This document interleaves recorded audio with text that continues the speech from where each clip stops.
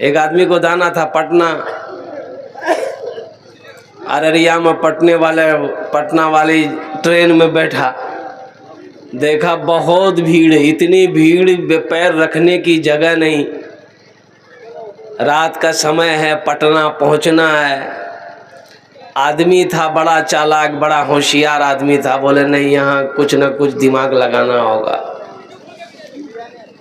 रोशनी कम थी, रात का समय है, चिल्लाना शुरू कर दिया, सांप सांप सांप सांप सांप। बस सांप का नाम सुना, कोई उसको धक्का मार रहा, कोई उसको धक्का मार रहा, कोई दरवाजा से निकल रहा, कोई खिड़की से निकल रहा।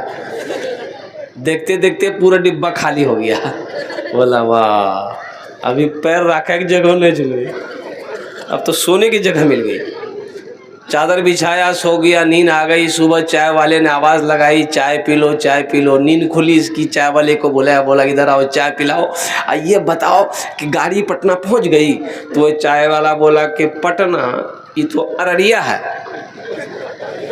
बोला कि बोली जाओ, अरे हम पटना वाली ट्रेन में बैठे हैं। बोला नहीं, ट्रेन तो ठीक पकड़े थे आप, लेकिन दरअसल बात है कि इस डिब्बे में एक सांप घुस गया था, एक आदमी देख लिया था, तो वो इसी डर से कोई आदमी इस डिब्बे में चढ़ने नहीं मांग रहा था। तो रेलवे महकमा को पता चल गया कि इस डिब्बे में सांप घुस गया है, कोई पैसेंजर चढ़ने नहीं मांग रहा है, तो वो ऊपर से ऑर्डर दे दिया इस डिब्बे को छांट के अररिया में छोड़ दो, बाकी डिब्बा लेकर पटना चले जाओ। बोलो बहुत बड़का चला के फैल गया हो।